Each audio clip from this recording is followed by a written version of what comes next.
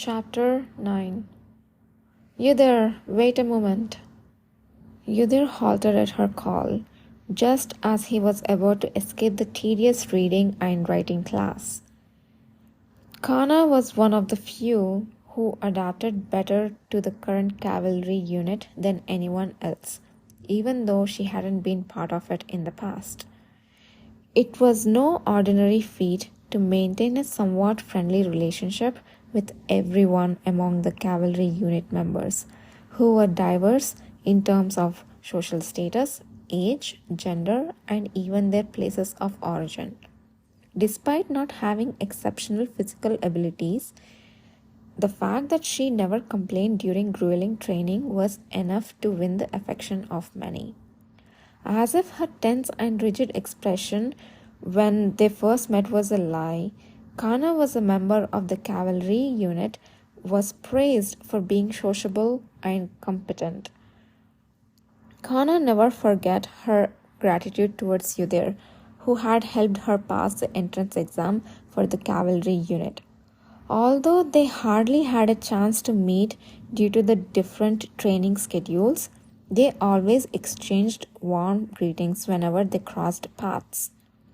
Thanks to Kana and Gakane spreading stories about Yudhir's advice on the cavalry unit test as if it was a mysterious experience, Yudhir received much more friendly attention from his colleagues than before. It was a strange experience for him, who used to be alone among the Awakeners with the same power, as he was considered to be a quiet and unlucky. Phew, it's so difficult to catch a glimpse of your face. Kana, who was calling Yudhir, panted with a smile. What's the matter? Oh, nothing much. I was just wondering if it's true that you haven't chosen your division yet. Yudhir looked into Kana's blue eyes and nodded slightly. It's true. Is there any reason? The commander was curious about it. At those words, Yudhir paused for a moment. The commander? Why was Kishir Laor's name mentioned here? Yudhir's face, which tilted its head and asked back, had subtle emotions that Kana could hardly perceive. I went to the commander's office earlier with Jory to report our division's selections. He asked if I had any idea which division you might choose. I actually thought you would have chosen your course on the first day. Do you have any concerns? If you need advice, you can tell me anything. I'm confident in reading information, so if you need help, I'll do it for free.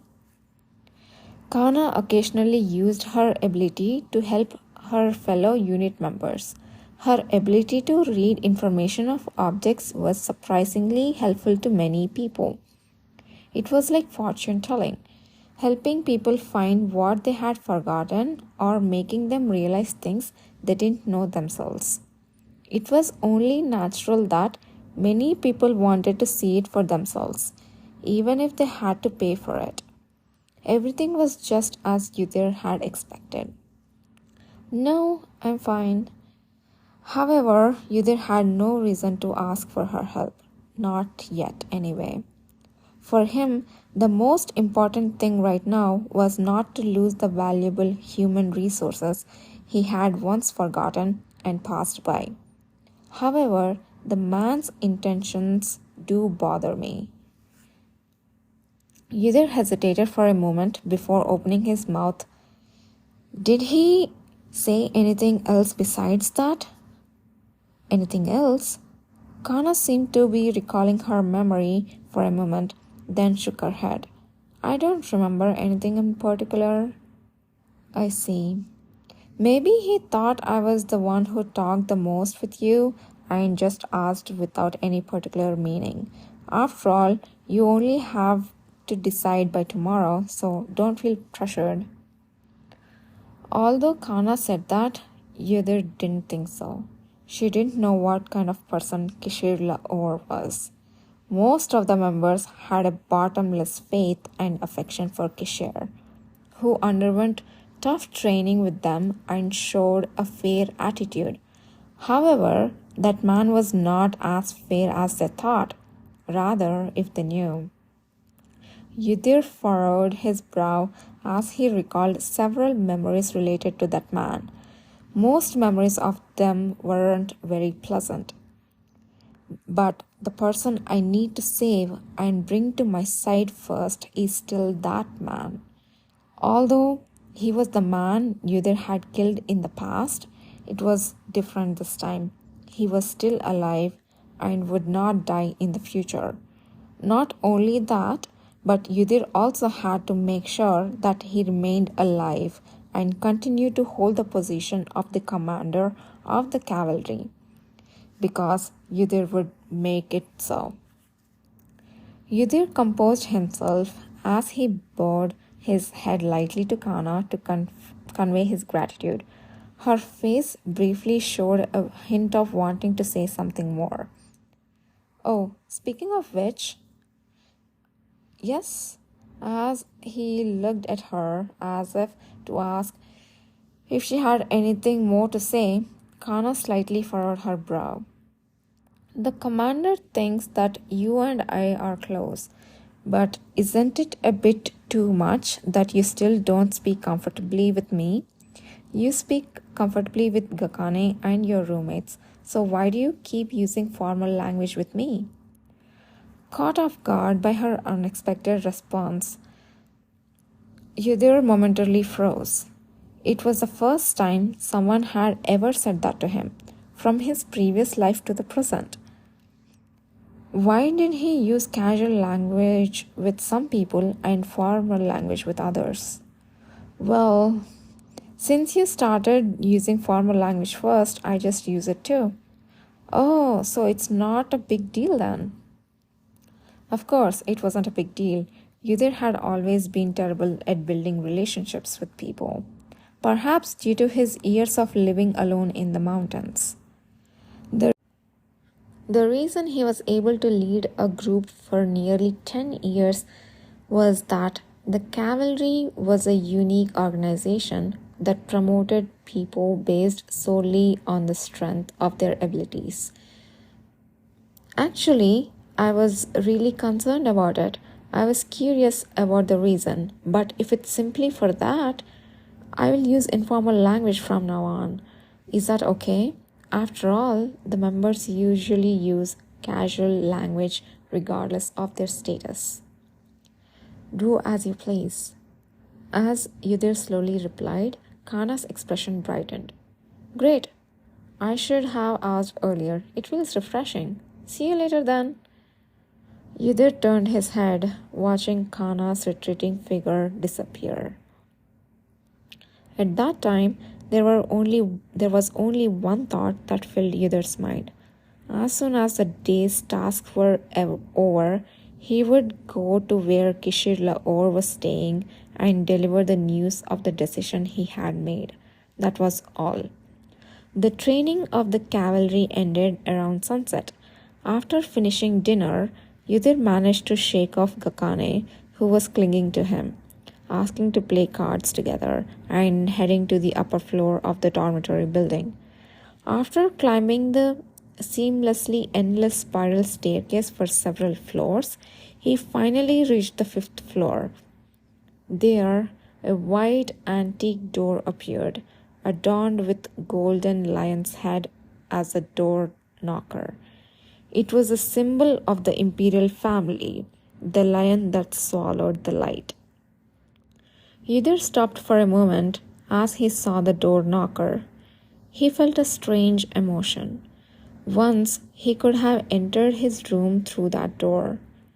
After Kishir Laor handed over the position of the leader of the cavalry to Yudhir, he used original structure of the room without any changes. The only difference was that, unlike Kishir, who had used an entire floor for personal purposes, befitting his high status, Yudhir had converted the remaining space, except for the small bedroom, into a place that could be used for public purposes. People found it creepy that he could use the space of the former commander, rumored to have been killed by him, without any problem. But for Udir, this was the only place where he could breathe without having to worry about others' eyes. It felt as if the room he had used for nearly 10 years would appear as soon as he opened the door. It was a familiar yet strange feeling. Udir suppressed his emotions and reached for the door knocker. However, before he could knock, the door opened from the inside, revealing a tall man. Apparently, about to go somewhere, Kishir, dressed in a simple clothes with a long coat over them, momentarily widened his eyes before his expression returned to his usual state. Perhaps it was because they had encountered an unexpected situation, but Yudir felt his heart beating a little faster, even though he thought he had mentally prepared himself for the visit. Since his return, this was the first time he had properly faced Kishir, and it was also the first time they had met alone. During the cavalry test, Kishir had used a transformation spell on his face, allowing Yudir to maintain an objective emotional state. Apart from that, there had been no reason to worry about him, as they had barely glimpsed each other occasionally among the 300 cavalry members. But now it was different. Would this be the feeling of facing a monster waiting for him in a dead-end alley with no other place or reason to turn his gaze? Yudir looked at Kishir and took a thin, deep breath. Finally, his racing heart calmed down a bit. Despite knowing that the other party wouldn't have any thoughts about it, the constant intrusion of uncomfortable emotions and unnecessary feelings must have been due to the strong memories of the past.